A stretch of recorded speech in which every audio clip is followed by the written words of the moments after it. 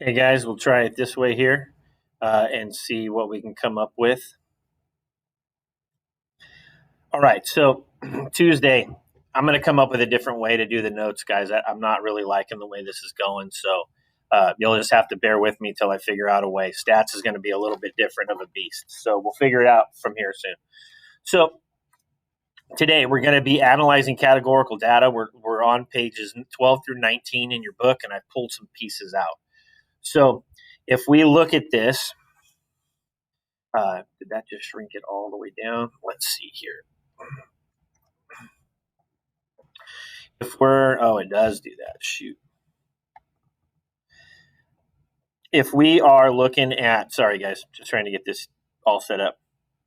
If we are looking at a table of data, we've got a two-way table, and basically the idea is that you have a set of categories this way and a set of categories this way.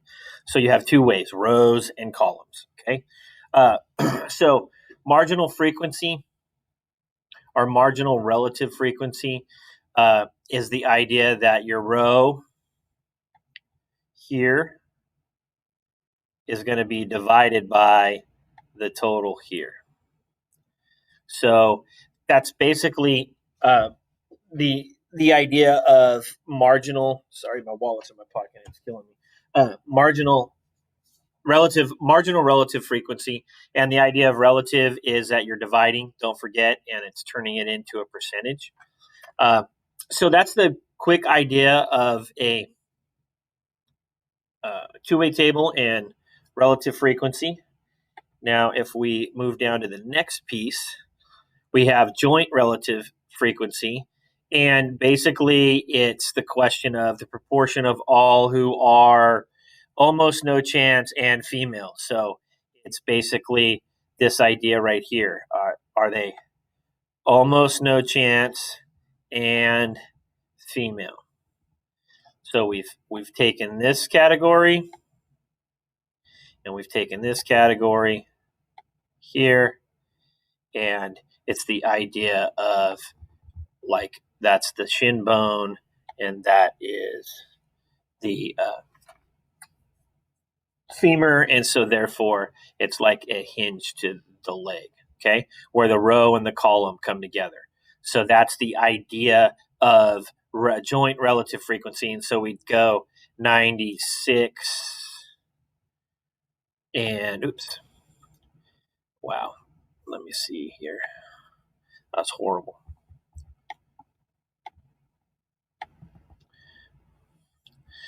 96, it'd be 96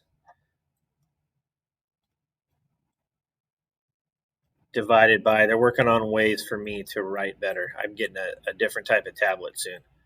96 divided by 4826. That would be our a joint relative frequency. It's what's the percentage of females who are this and this. And so this particular one, and again, we change it into a percentage. Conditional frequency or conditional relative frequency, it's makes you got to make sure the condition is satisfied. So females that are 50%, 50-50 chance. So the idea is this though, guys. If I say I want to know if the females are what proportion of females who are have an opinion of 50-50 chance, I no longer am worried about the males. So they're done. I don't even look at them at that point. So conditional probability, you're going to cover stuff up because right now I only want the females. So that kind of changes things. So it's 50-50. I want the ones that are 50-50. How many females are there? There are 2,367. So that would be my fraction. It would be 696 divided by 2,367, and that would give me a proportion. And then you divide that to get the relative frequency. So watch out for conditional, and it can go either way. So you could say those that say their opinion is good chance, how many are males? And so at that point, let's erase this. At that point, we wanted good chance only, so all this stuff is useless to us. And we're going to good chance that are males. It'll be 758 divided by 1421. So conditional, we start cutting things out of the way. All right, so don't forget to look at page 16. And we're always looking for an explanatory versus a response kind of idea. So men who are almost certain, and what we just talked about, opinion, who are almost certain that are males. So if we talked about that, the question I have for you guys is, for this particular one, who do we cross out, and who do we cross out? And that'll be for your ed puzzle. So that would be the question that we're going to answer on our notes real quick. So that's our next piece. All right, so now we're moving down to segmented bar charts. So normally, bar charts, you've seen them. I'll write it off to the side here. We got, our label, and we got bars like that, right? And then we can put, like, this could be 10%. This is 15%, whatever you need. So, and this could be like iPhone, and this could be like Android or something like that. So you just never know what the idea is here. But segmented bar charts are always good.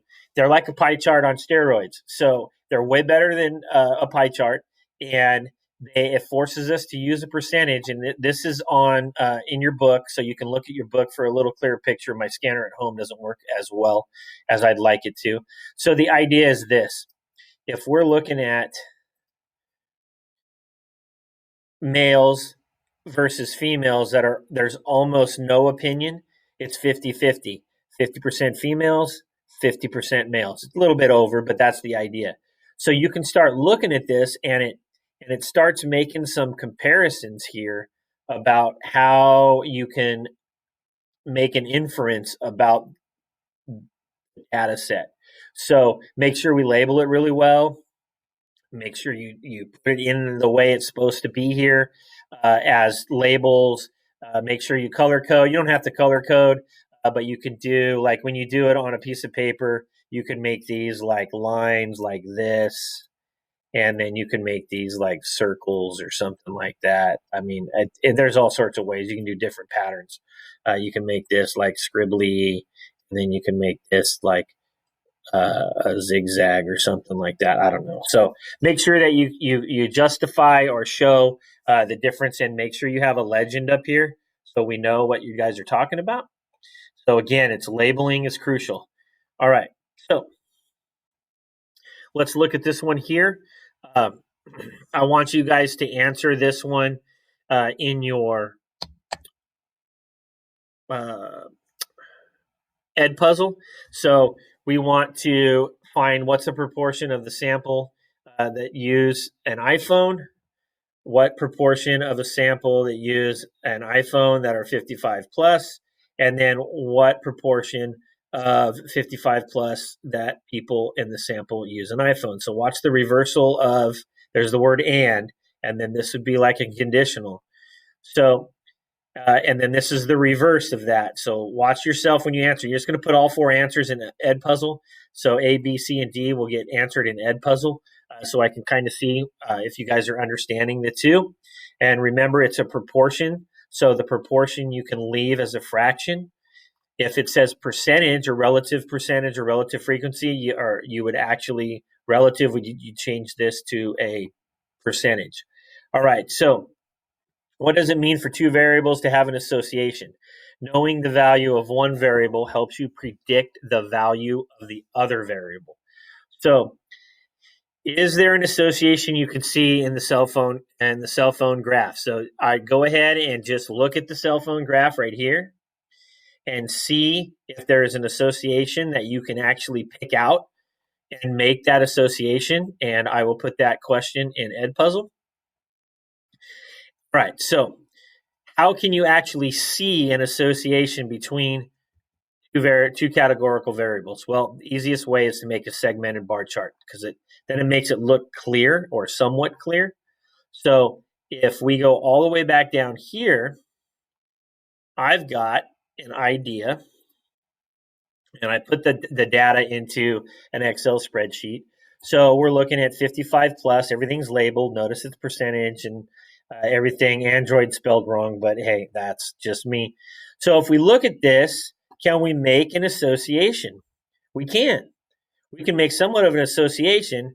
We can say that if we know that they are 55 plus, that they're going to use other types of phones or other types of cell phones. It's just other. We don't know exactly what it is. It could be other. All right. So we can make an assumption. We can also make an assumption that if you're 54 or younger, you have a tendency to use Androids or Apples more than you do as a 55 plus. So here we go. So you can just make some assumptions based on it. So here's the next one. Display the relationship using a segmented bar graph. I did that for you guys up there. And based on that, is there an association between the cell phone and cell phone type? We want to justify that piece, and that we talked about that.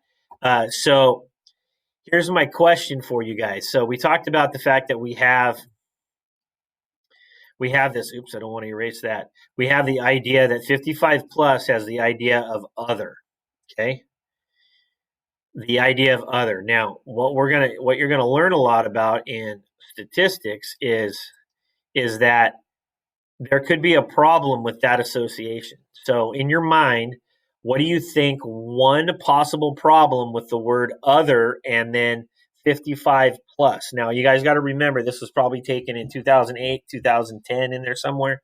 I don't remember the exact time it was taken, but of that particular time, is there a problem with the fact that it's 55 plus only that has the use of other types of phones? So what could be a problem with that association? So answer that for me. Let's see here. So how do we organize a statistics problem? So if you read it down the column, statistic, problems, demand, consistency. In other words, we always state, we plan, we do the work, and then we make a conclusion. This is the biggest thing that you guys will learn is that we're going to state, plan, do, and conclude every single time. All right? So when we're looking at this,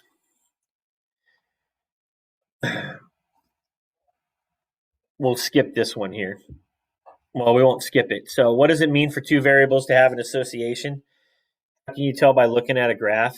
You can, by knowing the value of one variable, you can predict the value of the other variable, just like we were talking about up here with here. We know that if we know that they're 55 plus, we can make an assumption that they're going to be in the other category more than they're going to be in the Apple or Android category. So that's what they mean by association. For example, knowing a person is male.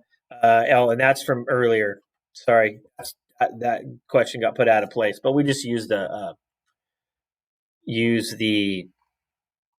55 plus category. And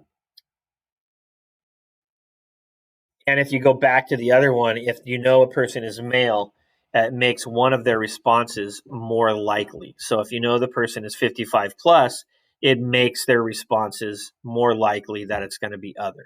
So there's an association between age and cell phone use. And if you go back prior to the other example, there's an association between gender and the response that they give you. So if we look at this piece, I'm going to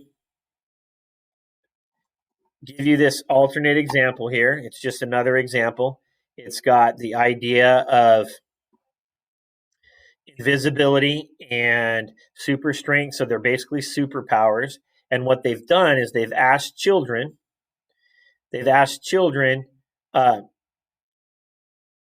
what their preference is. And so here's what they prefer for superpowers. What I want you guys to do is I want you guys to try to do this on your own.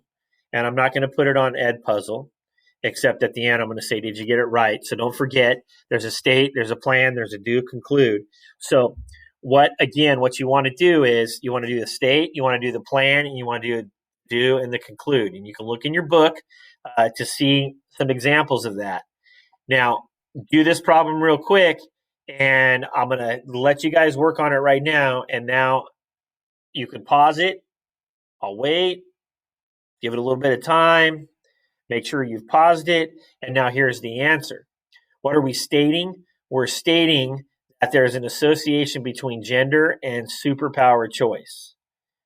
What's our plan? We will compare the conditional distributions, because remember, it's based on gender, so we want one or the other of their responses. So what I did is I compared them using a segmented bar chart. So I made this on Excel or Sheets, and so it shows this piece right here. So if I'm looking at this, I can go, hey, wait a second. If they're male, they're more likely to pick super strength. And if they're female, they're more likely to pick telepathy. I find this one funny because if you really look at it, it makes sense, especially with high schoolers.